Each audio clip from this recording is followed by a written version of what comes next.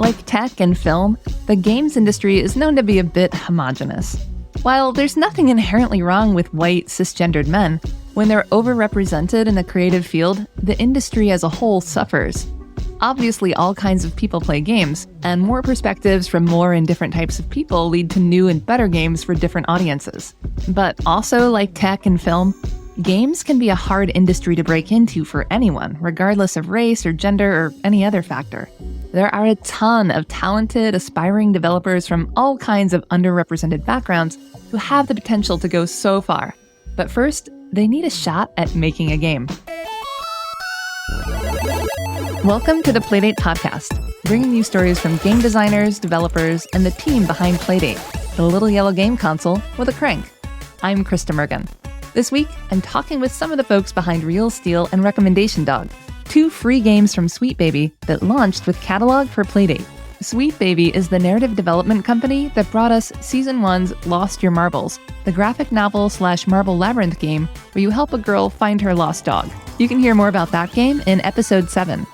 Real Steel and Recommendation Dog are special because these projects paired game industry veterans with new and emerging developers from marginalized backgrounds on an impressively tight timeline of just over 6 months to build and ship each game. But these weren't like coding exercises or demo projects. These hands-on learning experiences resulted in real games that are really fun to play. As ever, a very slight spoiler alert, we talk about the overall gist of each game and a little bit of the play mechanics. We'll be jumping back and forth between the games and their creators later in the episode. But first, the teams will introduce themselves and tell you a little bit about their games and what development was like. We'll start with Real Steel. My name is Sherveen Uduana, and I'm the game and level designer for Real Steel. My name is David Nguyen, and I was the junior programmer. My name is Louisa Atto, and I'm a writer for Real Steel. I'm Will Herring, and I was the art lead. And my name is David Bedard. I am the producer for Rec Dog and Real Steel, and I'm also director for Real Steel. Real Steel is an art heist game where you play as lovable thieves who use giant fishing rods To steal back priceless works of art that have been hidden away from the world. You'll use the Playdate's crank to lower yourselves on this fishing rod past the vents and security systems of these sprawling mansions, a Mission Impossible style. So you can swap out the prized artworks with hastily scrawled forgeries before reeling yourself back up. Obviously, looking at the Playdate, it has a crank. I think everybody thought about making a fishing game on it, Everybody comes up with fishing. and we didn't want to do a straight up fishing game, and it felt right to do something that had sort of a heist bend. We made a temp image of Lupin III just holding a fishing rod, and it felt really right. The idea of someone from the skylight just grabbing things and absconding with them was really funny to us. And we also came up with this idea of the calling cards. So when you take an object, get to leave a calling card, which, you don't really have the right tools to do a good calling card. And we just thought it'd be funny that every time you do a heist, you attempt to leave a calling card and it might not always go as you plan. And so these two ideas together mostly took the form of Real Steel. It is a game that has multiple campaigns that you unlock progressively as you go on. All these campaigns combine to tell an overarching story, which is really cool. It's both a heist game and a fishing game, only you're fishing for justice. Developing for new hardware is always very surprising in a fun way. With the Playdate, one of the big surprises was finally trying out the dev kits and realizing how hard it is to crank and press buttons at the same time, because you almost need your other hand for stability when you're cranking. We really changed the way we were thinking about our controls and designed everything around the assumption that players will stop cranking to press buttons. And that design shift, I think, made the whole game feel a lot more accessible in general, which was an added win for us. The sensation of the crank when you're reeling up on the whole fishing rod mechanic just feels like the Playdate was made for it, and you can't really replicate that in other game formats, if you will, or control schemes. Definitely seeing the crank for the first time. I think Real Steel was one of the first ideas that the team had come up with when we all first saw the Playdate. I worked in a 1-bit style for Sweet Baby's last Playdate game, this very fun, wacky visual novel puzzle game called Lost Your Marbles. So this was my second time working within those confines, which I really enjoyed. And I feel like that I learned so much on the development process of Lost Your Marbles that I was able to build off of a lot of that for Real Steel, and that was really satisfying and fun to explore. There's a lot of creative problem solving that comes with 1-bit artwork.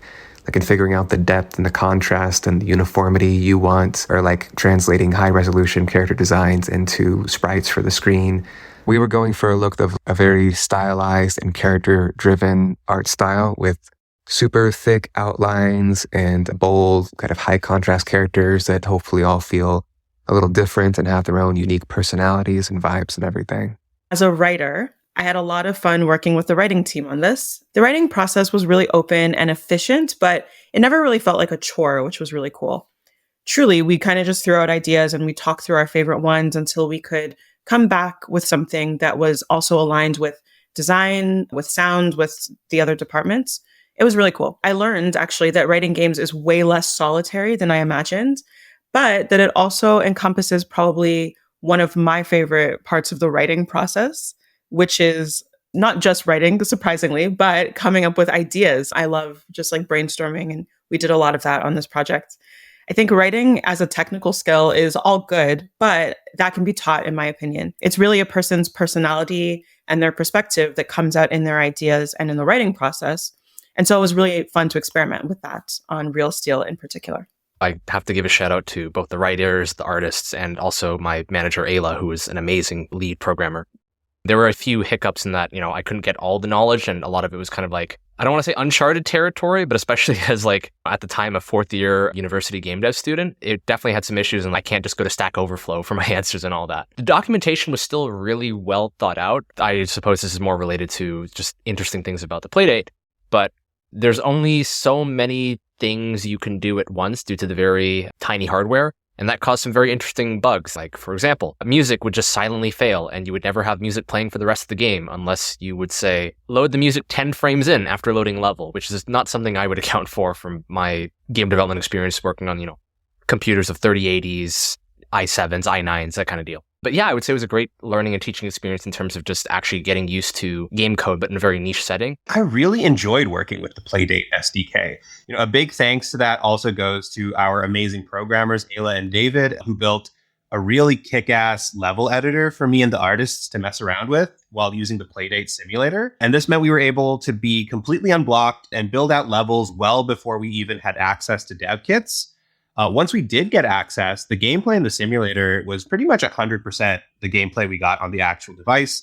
And we were even able to hook up our devices and modify the levels and see how it felt on device immediately, which was really, really fun and a very playful way to make games in general, which I really appreciated.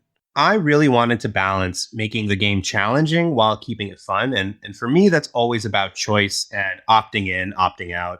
I think the nature of the Playdate being this small handheld console means we don't really want players hunched over and being incredibly precise with their inputs. So we've designed the levels to have some room to fail forward. And if you care about being really speedy or not getting spotted or stealing every last cent from those billionaires, then there's some challenge you can opt into. But you also don't have to do that all at once, so you can play through the levels with different focuses. Real Steel was designed as a game that had 25 levels in it, but we wanted it to understand the context in which Playdate players play games, which is some people play some of these games for 5 minutes, and some people want to play all of these games to completion. And so instead of doing one campaign that has 25 levels, we made 5 mini campaigns of 5 levels each. And these mini campaigns kind of gradually ramp up the difficulty so that you can basically stop where you want to stop. If you get tired of the mechanics or if you think the game's getting too challenging, you have seen a complete story from some character's perspective in this world. And for completionists, there is, of course, a story that keeps going throughout all of the 5 campaigns, but it's not required to enjoy the game. But the game doesn't stop when you fail. So there's a number of built-in stopping points if you're satisfied with the current gameplay. But if you're playing Onward with new characters, we might give you a little more challenge, and we're negotiating that with you as a player. It's important for us, especially as people who are narrative first, to not put blockers in front of the story and to let people be able to enjoy it if they want to enjoy it. Also, it has a really great soundtrack by J Squared. Awesome. We'll come back to the Real Steel folks in a bit. But now we'll hear from the Recommendation Dog team about what making that game was like. My name is Maxine Sophia Wolf, and I was a mentee writer on Recommendation Dog. Hello, my name is Adana, and I was one of the writers as well. I'm Julia Minamata, and I was the art director on Recommendation Dog. And I'm Zalavi Nelson Jr., and I'm the creative director on Recommendation Dog. So, Recommendation Dog is an action puzzle game about being a small dog with a very big job. You work at this temp agency, putting the right people in the right places to solve folks' problems. So, you are taking the crank and you're spinning through your rotary organizer, not going to use the copyrighted name, to find the people who will best fulfill the job. And you do it as much as you can. As new cards come in, as more complicated jobs come in, as time seems like an increasing enemy. This is a cute little game about helping people, about connecting a Rolodex of tradespeople to customers who need very specific and offbeat things. An example would be maybe a charismatic and reliable carpenter for a project or something like that. And the player gets to scroll using the crank through this Rolodex of profile cards. The Playdate encourages really playful, inherently kinetic experiences just based off of the way it even looks, the way it's designed, the way it feels to hold in your hand. So thinking about how to use the crank and realizing those old movies with the rotary organizers, there's something a lot more fun about using that than having, the contact list in your phone, led to this snowball of ideas that became Recommendation Dog. What's better than finding an action puzzle experience where you are helping fulfill strange, wacky, and complicated requests? It's being a dog while you do it. A tiny little dog, an adorable little dog. I would describe the writing process for this game, oddly enough, about half coming up with funny lines, kind of judging through those, and the other half coming up with funny names. And that was definitely my favorite. I love coming up with stupid names. It's great. It's a joy to work on a game that encourages that. The thing I loved most about the game would probably the pixel art that was made for it. I think that our artists really did an amazing job fitting so much into such a small screen. I have worked on 1-bit art before in a few projects, actually. With Xalavier Nelson Jr., we worked on Space Warlord Organ Trading Simulator together, which I did portraits, like trader portraits and organ portraits, and those were beautiful green on black, low resolution pixel art. And I also worked with him with Strange Scaffold on Witch Strandings. I did pixel art sprites for that as well. But the difference with Playdate, of course, is the size of the screen. It's 400 by 240. It's not backlit. And those are things I really wanted to keep in mind when creating art for it. And that was a bit of a challenge because, the screen is a lot smaller than what people tend to play, with their PC setup and things like that. And another aspect of it was because of the size of the screen, there's this idea that I hadn't dealt with before about maybe scrolling to different parts of the screen using the directional keys to show different aspects of the display for people. And that was another challenge that I had not had before. There was no specific visual reference that I was thinking of for Recommendation Dog, but I knew I really wanted to emphasize the contrast between light and dark on the screen, that beautiful sharp black and white display. What's interesting about the Playdate that we don't see much anymore. This was more in the realm of the liquid crystal displays of the small handheld Tiger games back in the day. But this idea that the light part of the screens are the blank part of the screens, and the light is bouncing off the light part of the screens to create that sense of brightness, which is kind of the opposite of what backlit screens are like, what their regular computer monitors are like, where the dark parts of the screen are the parts that are not projecting anything. But the reversal of that, where the black parts are the parts that are being displayed on the screen, was really interesting to try to design for that and think about it, not only technically, but also conceptually, what I wanted to design in terms of what the game was going to look like. I knew I really wanted to concentrate on that light and dark contrast. When you are in the employment office, it is like you're in a darkened office storefront where you can see the light beaming through the window. And when customers come in, they open the door, they burst through the door, and then they're a silhouette. And that was actually another thing that really got me thinking about that light and dark display, or how we were going to show the game, because we knew that we weren't going to do very many assets. We knew we wanted silhouetted characters, and the idea that they are kind of vaguer meant that they could be more symbolic and universal of a general group of people, not very specific people. What I love about Recommendation Dog is just how enthusiastic it is about being this focused, weird thing. You're a little dog, and you're supposed to find the right person for the job, and it makes people happy. You bring happiness through a very roundabout, absurd way, and a lot of my games revolve around absurd, nuanced ways of delivering joy or fear, crippling existential fear, and I love how Recommendation Dog does both. I'd say the most surprising thing about Recommendation Dog was that it just worked. From the beginning of development, it kind of just worked, especially with the unique, playful power of the Playdate. So really leaning into the things that we found immediately worked and being able to use the entire development cycle mainly for polish and for having the opportunity to flex our skills on this wonderful little gentle canvas was a real joy. We balanced making the game challenging while keeping it fun by iterating on it and talking about it and being very honest in our feedback and thought processes about what was working, how it was working, and how it wasn't working. And that ability to have very strict constraints for what a game is and what its development cycle is while being flexible enough to iterate and find the best version of that game has become my directorial signature and is also just more evidence that the Sweet Baby team and the talent that they have the ability to source seemingly effortlessly is among the most impressive things in game development right now. We just worked on it a lot. So it can be hard to break into the games industry, especially if you don't necessarily fit the existing mold. I asked mentors on these projects how they got into games themselves.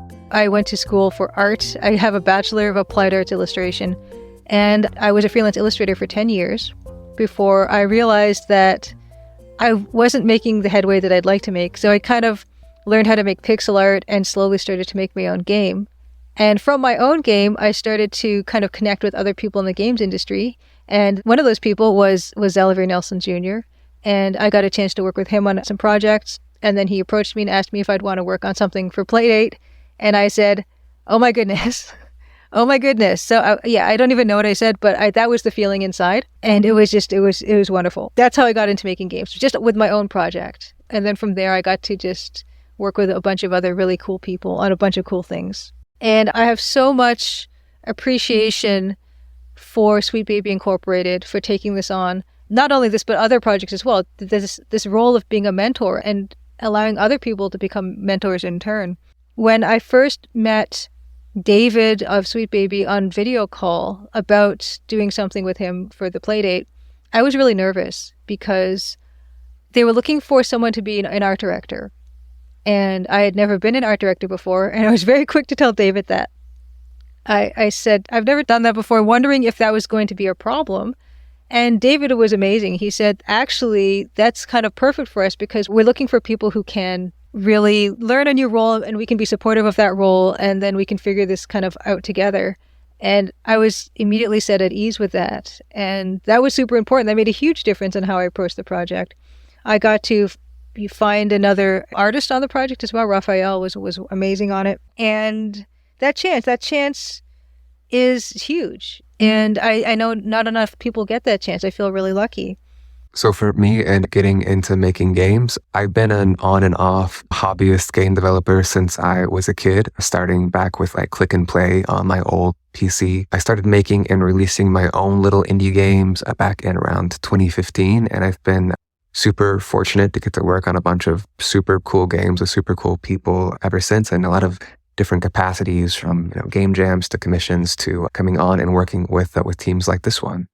So I've pretty much always wanted to make games since I was a kid, and I got into it basically from growing up playing a lot of pirated games in Asia, and that kind of led me to play a lot of strange non-commercial games that were very fascinating to me as a young kid.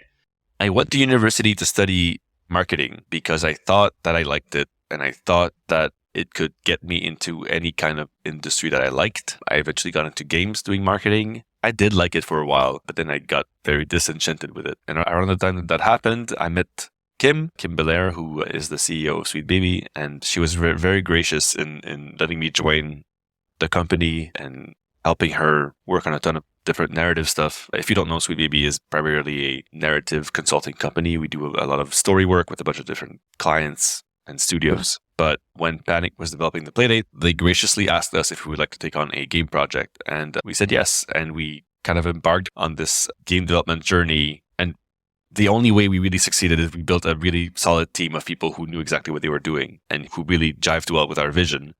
And from that, we were able to basically make Lost Your Marbles on time and on budget. Yeah, their first game was on time and on budget. What? And we felt like we could take that process and apply it to new initiatives where we could give the opportunity to an up-and-coming roster of people to create their first game. And so that's kind of how we got here. I got into games by pretending to be an adult at the age of 12.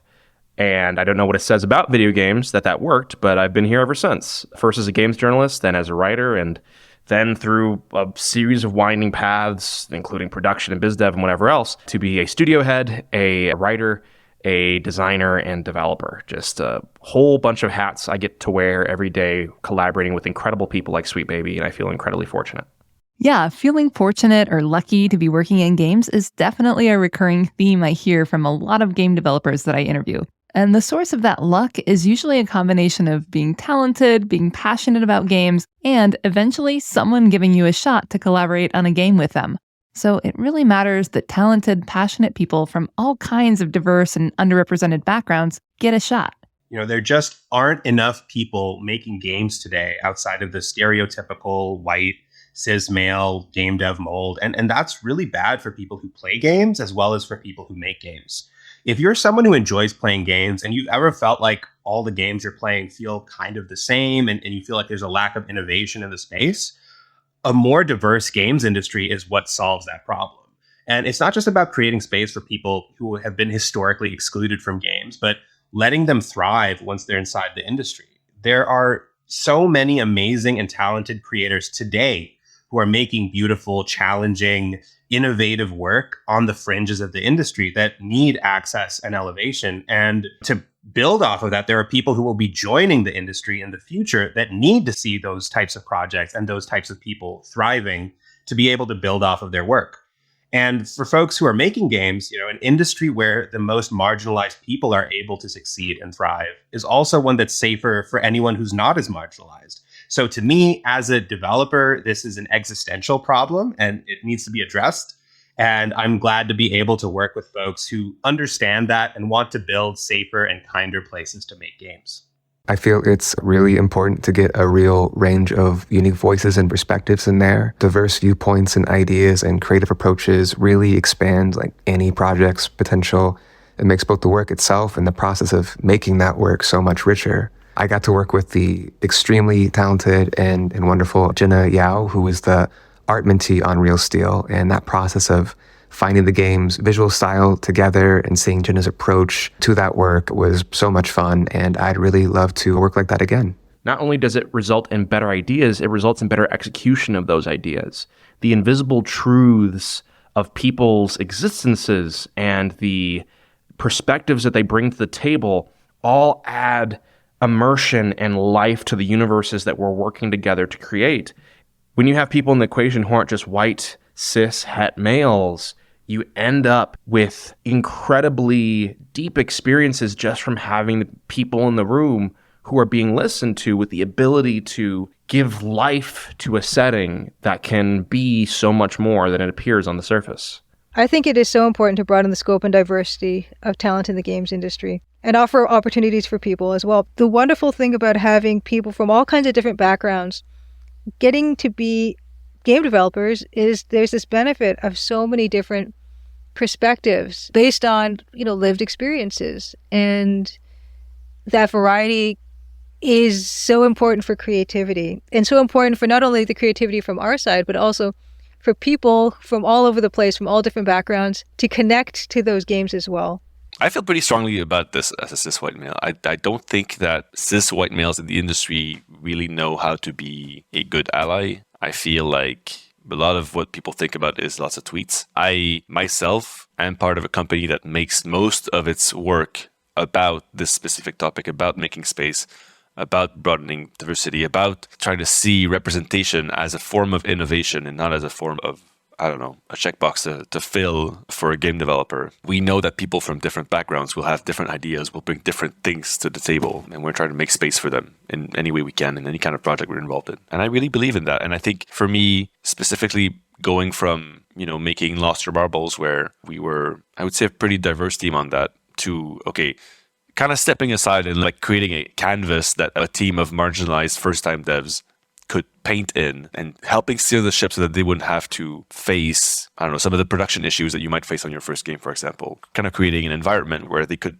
learn and thrive was very important to me. And I feel really, really proud of these projects for these reasons. And even like from a more industry specific lens, we know that people need credits to get jobs. We know that you can't really apply to a job as a junior who's never shipped a game. It's really, really hard. And we knew that Sweet Baby itself, being a company that works with established studios, giving people the chance to be associated with that would help them, hopefully, be able to apply at different places. And we've seen that like some of the people that we worked with have moved on to, full-time game jobs. And I'm really proud of that, to be able to have given people that opportunity and to have made some pretty fun games in the process too. Yeah. So what's it like for some of these mentees having shipped their first game? It's just really exciting to know that people are going to play the thing that I worked on. It's kind of hard to put into words. I've written short stories before that people have read, but there's so much more that goes into creating a game. There's so many more people, so many more hands. Yeah, it feels really good to be a part of that process. This was the very first game that I shipped, and it's really exciting knowing that people are finally able to play it and have just as fun playing it as I did making it. I really enjoyed this game, and I hope everyone playing it enjoys it as well. When we wrapped up development, I was definitely just super excited. Like, oh yeah, I have an actual game. Check this out, guys. And I would go around with like my little Playdate and I had to check this out. Honestly, it's fun too, because the Playdate is just a great conversation starter. You have it in your pocket and you can just whip it out and say, hey, you want to try? So I'm super excited about that. This experience really taught me that games, as with any sort of project-based work, needs input and collaboration from all sides. Working towards a common goal with a lot of talented and like-minded individuals was really fun. And it's awesome to know that this cool experience I had, like my first ever games writing experience, is now going to translate into one of my first shipped titles. So it's very fun. I think the best way I can describe it, honestly, is just, it's pretty crazy.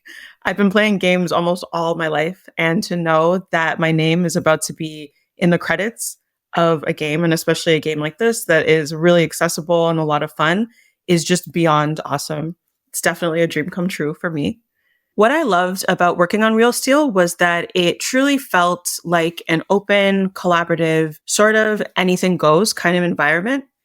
And by that, I mean that we as writers, we were really, really encouraged to use our imagination, our unique interests and hobbies and all of that in order to kind of come up with these like fun storylines of this fun cast of characters and especially all the items that they were going to be targeting. I think myself and the team put a lot of heart and very, very good puns into it. So I had a really good time. I really, really enjoyed it. I hope that players will have just as much fun with the real mechanic as I did when I was playing. With Real Steel specifically, I do hope they honestly just really like just cranking the rod back and forth and just stealing from evil billionaires that deserve to be stolen from, if that makes sense. And yeah, also just enjoying the many, many puns that our writing team came up with. I think Real Steel is super charming and weird and funny, and I think it's just really got like a lot of personality. And I love these characters very much, and the team that came up with them very much. I love getting to work on games that spark joy, and I think it was very cathartic to work on something where you get to bully some billionaires with nothing more than a fishing rod and a dream. And I hope that comes through when you all are playing it. It was a joy to work on. What I love the most about these two games that we made is really that Panic gave us a fantastic opportunity to show one of Sweet Baby's core values. We know that the industry is really hard to break into, especially for marginalized folks and people who come from diverse backgrounds. And we wanted to create two projects where people who hadn't had the chance to work in games yet could have an opportunity to see a game development process from start to finish and contribute to it and be mentored throughout it and be able to see at the end, yeah, I've helped ship this game and be paid for it. And so the fact that these two games exist and are out now while also having provided 10 or so people their first gig in the industry, I think is really, really cool. I'm really proud of it. You can download Real Steel and Recommendation Dog for free by launching the catalog app on Playdate. And I hope you have a blast fishing for stolen art and frantically scrolling through contacts to connect the right people with your customers.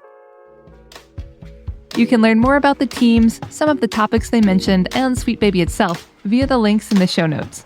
Thanks so much for listening, and we'll be back soon with more episodes in the Playdate podcast feed.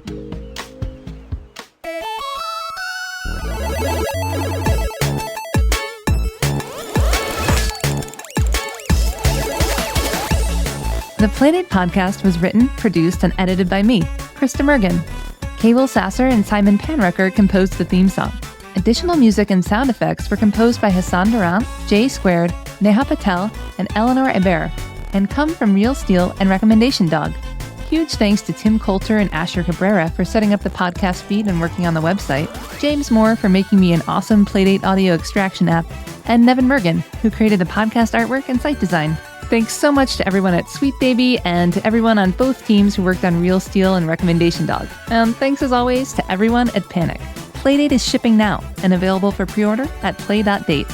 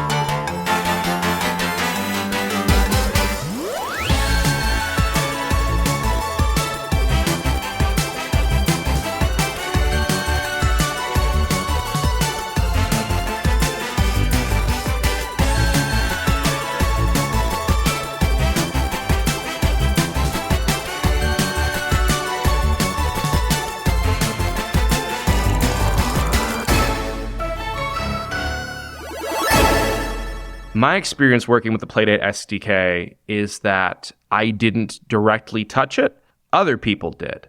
And we did get money for the game, so maybe it's my legal obligation to say, Playdate SDK, super cool, world-beating technology. I will make every game with the Playdate SDK. You just got to pay me up front first. It's just 3 easy payments of $19.99. Please, no, don't cut me off. Don't.